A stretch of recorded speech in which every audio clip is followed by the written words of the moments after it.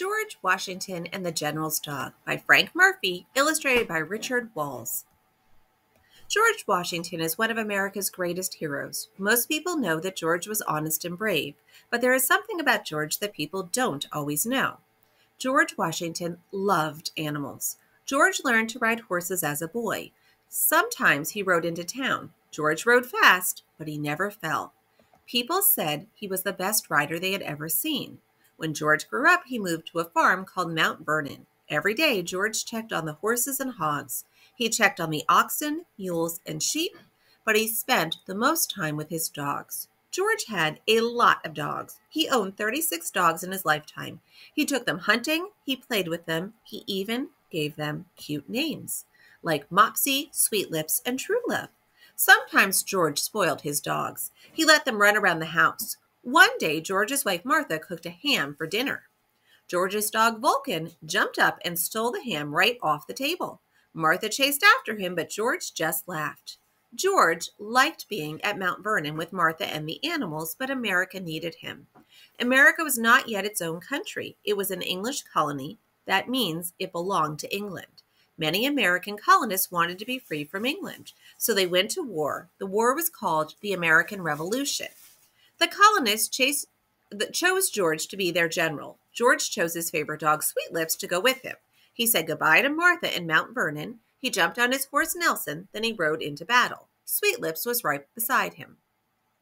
In George's day, soldiers often brought dogs with them to war. Dogs helped hunt. Dogs helped track the way. Dogs helped guard against wild animals. Best of all, dogs were great partners. The general of the English army was named William Howe. He had a dog too. He also had 9,000 soldiers. They had plenty of supplies. George did not have nearly as many supplies. Sometimes his soldiers were cold, sometimes they were hungry, but they did not give up. In the fall of 1777, George's troops went to Pennsylvania. They were fighting the English troops. Guns fired, rat-a-tat-tat. Cannons roared, boom bang, smoke filled the air. Finally, the fighting ended. The English soldiers went back to their camp. The battle was over for the day. The smoke began to clear. George noticed a dog. Without a soldier, it looked lost. George bent down and patted the dog's head. The dog followed George back to the colonist camp. He wagged his tail. Whose dog is this? Wondered George. George looked at the dog's collar. The tag had a man's name on it. The name was William Howe. William Howe? George couldn't believe his eyes. William Howe was the enemy. Word about the enemy dog spread through camp. Some of George's men wanted to keep the dog, but George said no. George believed the dog belonged with his master. George had his friend, Alexander Hamilton, write a note to General Howe. The note said that George wanted to return the dog.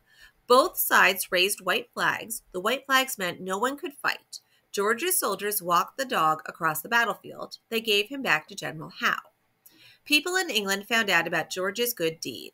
The English still wanted to beat George and win the war, but now they respected him. Some English people even liked him. They had never heard a story of such great kindness between enemies. In 1783, America won the war against England. America became its very own country. George Washington went home to Mount Vernon. Friends around the world wanted to honor George. They wondered what he would like. Then they remembered the story about the dog. Soon presents started arriving at Mount Vernon. The King of Spain sent George a mule. George named him Royal Gift. A friend from France gave George an even bigger gift, 7 dogs. George's work was not done, though. The American people needed a leader. They elected George to be their first president. People all over America loved their new president. They cheered when he rode by in his carriage. They knew it was him because his 6 white horses always led the way. And here's an author's note. The stories in this book are true.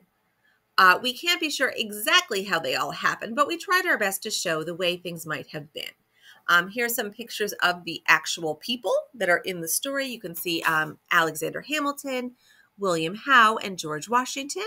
And there's a note. It's George Washington's actual letter to General Howe. It says, General Washington's compliments to General Howe does himself the pleasure to return him a dog which accidentally fell into his hands, and by the inscription on the collar appears to belong to General Howe.